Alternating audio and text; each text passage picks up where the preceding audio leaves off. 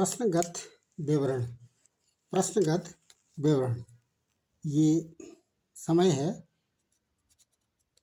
इस प्रश्नगत विवरण में D4, D10, D1, D16 और ट्रांजिट के चार्ट लगाए गए हैं। इन चार्टों को लगाने का मुख्य आशय ये है कि प्रश्नगत दिनांक को 31 दिसंबर 2023 को 10 बजे AM का मुहूर्त देखना है। नंबर 1 मुहूर्त और number 2 D4, D1, D10, D16 में ग्रहों की क्या स्थिति है, इस पर चर्चा की जानी है।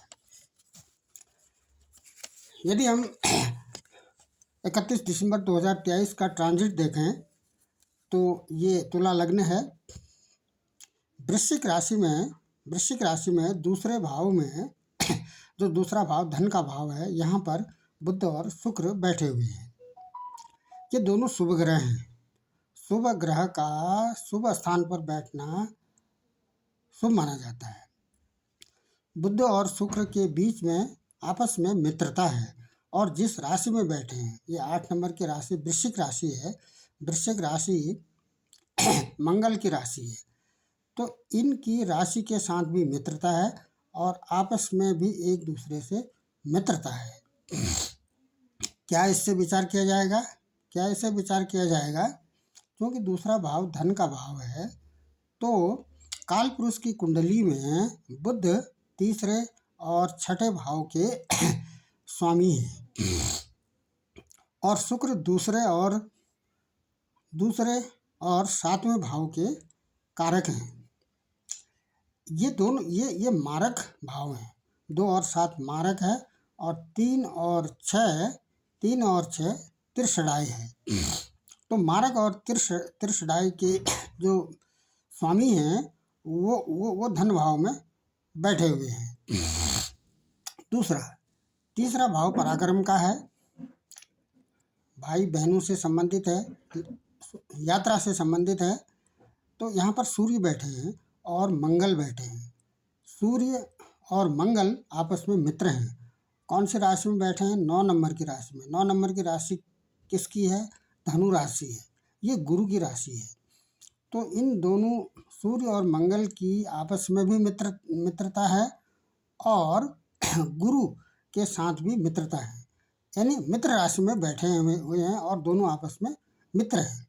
काल पुरुष की कुंडली में सूर्य प्रथम भाव के स्वामी हैं और मंगल काल पुरुष की कुंडली में अष्टमेश है। 1 और 8 काल पुरुष की कुंडली में ये 1 और 8 के, 1 माने मेष, 8 माने वृश्चिक। नंबर 2, यदि इनका मुहूर्त देखा जाए तो चंद्रमा, मंगल और गुरु जन्म तारा में है, जो शुभ तारा है। सूर्य संपत्त तारा में है, जो शुभ तारा है। शनि साधक तारा में है। शनि से नौकरी का भी फल विचार किया जाता है। शुक्र मित्र तारा में है। बुध और राहु अधिमित्र तारा में है और लग्न तथा केतु प्रत्यरी तारा में है। इसका क्या निष्कर्ष निकलता है? विपद तारा और बध तारा में कोई भी ग्रह नहीं है। ये दोनों प्रतिकूल तारा हैं। ये अशुभ तारा कहलाते हैं। जैसे जन्म है, संपत्ति है, प्रत्यरी है और उसके बाद क्षेम है, साधक है, बध है, मित्र और अधिमित्र। तो इनमें से ये 2-3 तारा हैं, अशुभ तारा माने जाते हैं। तो ये विपद और बध तारा में कोई भी ग्रह नहीं है। तो यह दिन शुभ मुहूर्त में लिया जाएगा। इसके बाद गुरु पुष्कर नवांश में भी है। D1 चार्ट में गुरु पुष्कर नवांश में है। जब कोई ग्रह पुष्कर नवांश में होता है तो यदि वह शुभ ग्रह है तो उसकी शुभता में वृद्धि हो जाती है। और सूर्य सूर्य पंचम नवांश में है। जब कोई ग्रह पंचम नवांश में होता है तो वह बलवान माना जाता है, वह बलवान माना जाता है। उसके बाद यदि मुहूर्त की चर्चा की जाए तो सूर्य 15 डिग्री में चल रहे हैं। कौन सी राशि में चल रहे हैं? गोचर में धनु राशि में चल रहे हैं। कौन से भाव में? तीसरे भाव में चल रहे हैं। तीसरा भाव क्या है? पराक्रम का भाव है।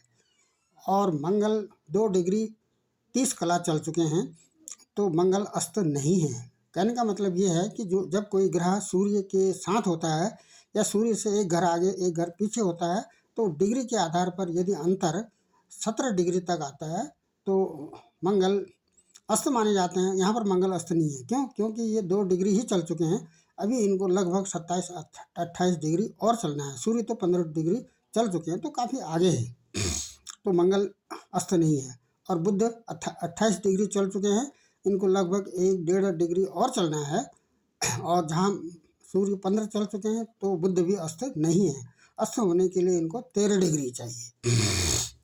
शुक्र 60 डिग्री चल चुके हैं, इनको लगभग 23 डिग्री और चलना है, तो शुक्र भी अस्त नहीं है। तो इस गोचर में मुख्य अस्त दिखाने का मुख्य आशय यह है कि गोचर में कोई भी ग्रह अस्त नहीं है। जब कोई ग्रह अस्त होता है तो वो अपने उससे संबंधित जो गुण, व्यवहार, प्रकृति, स्वरूप, संरचना होती है उसमें कमी आ जाती है। तो ऐसी स्थिति गोचर में नहीं है, इसको भी शुभ मुहूर्त में गिना जाएगा। बुध और शुक्र ऐसे स्थान पर बैठे हैं जो दोनों आपस में मित्र हैं और मित्र की राशि में बैठे हुए हैं। ये तो शुभ मुहूर्त की बातें थी। अब चर्चा का अगला जो स्टेप है वो ये है कि कालपुरुष की कुंडली में पहला तन, दूसरा धन, तृतीय पराक्रम, चौथा सुख है। चौथा जो भाव है कालपुरुष की कुंडली में, चौथा जो घर है, चौथा हाउस है, वह सुख से संबंधित है, भूमि वाहन सुख से संबंधित है। तो D1 चार्ट में चौथे स्थान में चतुर्थेश यहाँ पर मंगल है। और कालपुरुष की कुंडली में ये जो नवा भाव है कालपुरुष की कुंडली का, तो ये होगा नवा भाव। कौन सा? बुध होगा। तो मंगल और बुध के बीच में यदि कोई संबंध देखा जाए तो मंगल और बुध एक दूसरे के साथ बैठे हैं, एक दूसरे के साथ बैठे हैं, इनकी युति है। मंगल और बुध की आपस में युति है। किसकी राशि में बैठे हैं? ये शुक्र की राशि में बैठे हुए हैं। तो ये जो सुख की प्राप्त, सुख का जो भाग्य है कालपुरुष की कुंडली में, सुख का जो भाग्य है वह सकारात्मक है। और यदि इसको D4 से देखा जाए तो D4 का 4 आता है चंद्रमा, D4 का 4th आता है चंद्रमा। 4 का मतलब कर्क राशि के स्वामी चंद्रमा होते हैं। और चंद्रमा कहाँ बैठे हैं? चंद्रमा इससे पहले घर में बैठे हैं, 12वें घर में बैठे हैं, तो इसका 12वां घर है चंद्रमा, ये D4 है। अब ये सुख समृद्धि D4 चार्ट से चल अचल संपत्ति और भाग्य का विचार किया जाता है। अब ये सुख समृद्धि भाग्य की मात्रा कितनी होगी और कब होगी, इसके लिए D16 देखा जाता है। तो D16 का यदि हम विश्लेषण करते हैं तो ये सुख से संबंधित है। D16 चार्ट में का जो चौथा घर है वो मंगल का है, चतुर्थेश मंगल है और भाग्येश भी मंगल है। ये कालपुरुष की कुंडली में। लेकिन कालपुरुष की कुंडली में ये लग्न है, ये चौथा भाव है, चतुर्थेश मंगल है और भाग्येश भी मंगल है। कहाँ बैठे हैं मंगल?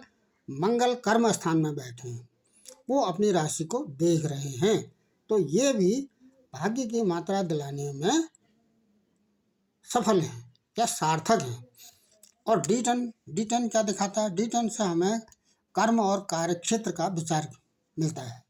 D10 से कर्म और कार्य क्षेत्र का विचार किया जाता है। तो D10 में जो चतुर्थेश है वो मंगल हैं और भाग्येश हैं सूर्य है। तो मंगल कहाँ बैठे हैं? मंगल कहाँ बैठे हैं? D10 में मंगल प्रथम हाउस में बैठे हैं, ये 12 है, 11 है और ये 10वां है, 10वें घर में बैठे हैं। और सूर्य कहाँ बैठे हैं?